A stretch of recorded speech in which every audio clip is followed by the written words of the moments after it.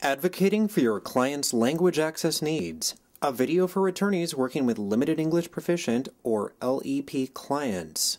Check out our other training videos, Tips for Attorneys Working with Interpreters, and Language Access 101, a primer on important laws and regulations affecting L.E.P clients and their advocates.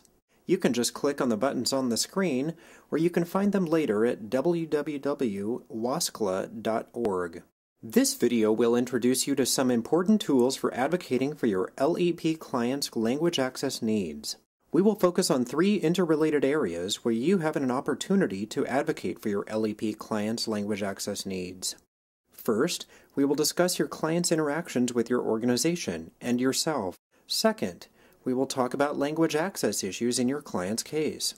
Lastly, we'll talk about tools for advocating for L.E.P persons' language access rights on a larger systemic level. Your job as an advocate begins even before you meet your client. You should identify language needs that prevent you and your client from clearly communicating with each other. You may have conspicuous language identification posters or cards in the lobby of your office, or you may need to use a telephonic interpreter service to assess your client's language. Plan ahead because telephonic interpretation is not always appropriate, and it can take days or weeks to schedule an in-person interpreter appointment. If you don't know how to request an interpreter at your organization, figure out the process today, before you need to request one. You'll need to assess the interpreter's qualifications before the appointment, and make sure the client and the interpreter can communicate with one another and you during the appointment. You can do this by actively managing the communication process. For some helpful tips for attorneys working with interpreters, click here to watch our training video. Language barriers can impact your client's case in many ways. Did the client have a right to receive written communications, such as applications and notices, in their language? Your client may have been entitled to receive documents in their language when interacting with entities that receive federal financial assistance. Failure to provide notices or requests for information in your client's language may provide the client with a procedural defense in situations where the failure has a negative effect on the client, such as a loss of benefits.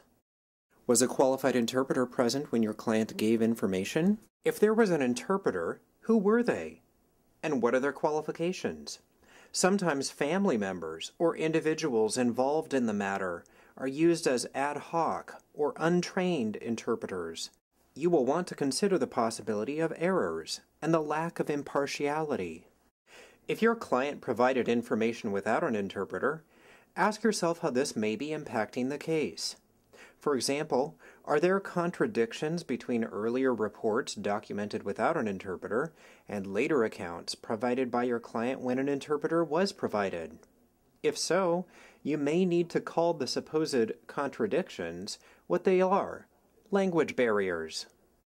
You may have to raise language access issues during litigation. Be prepared to raise language access issues even when the other party wants the court, or you, to think the issues are irrelevant. You may have to give information about language barriers, language acquisition and proficiency, and cultural information to the fact finder in your briefs. You may call an expert witness who can testify about these same issues. You may have to question assumptions about your client's ability to speak English. Some L.E.P persons can communicate simple statements, such as an address that has been memorized by rote, but are unable to communicate clearly about complex or emotionally charged issues.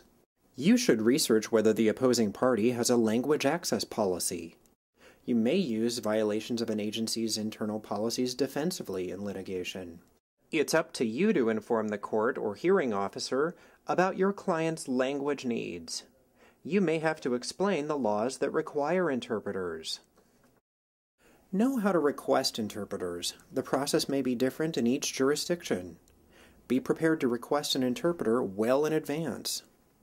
Your client may wish to file a state or federal civil rights complaint, which can result in broader, systemic changes to an agency's interactions with L.E.P persons. At the local level, some state agencies have civil rights complaint processes specific to the agency, or you may look to the city's civil rights office to file a complaint. Familiarize yourself with these processes. If an organization or state agency receives federal financial assistance, you may file a federal Title VI civil rights complaint with the agency that awards the assistance. For example, if your client is in a federal housing program and did not receive language services, you may consider filing a federal civil rights complaint. If the Housing Assistance Program receives federal financial assistance from HUD, the Department of Housing and Urban Development, you would file the complaint directly with HUD, rather than the Federal Housing Program. For help finding out if an entity receives federal financial assistance, visit www.lep.gov and click on the link Recipients of Federal Assistance.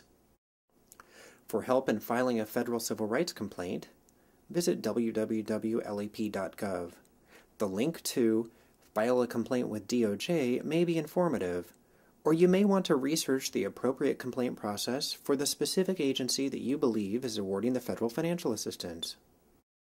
You can also work within a coalition to effect systemic change for L.E.P. persons through education and collaboration with service providers, both in and outside of the legal system. Coalitions allow members to share information about how to address language barriers. You may want to join the National Language Access Advocates Network, a members-only network of attorneys working on language access issues.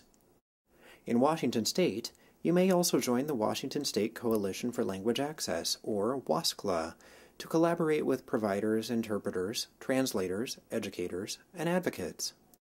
WASCLA addresses language barriers across many service sectors, including healthcare, education, public benefits, and the legal system.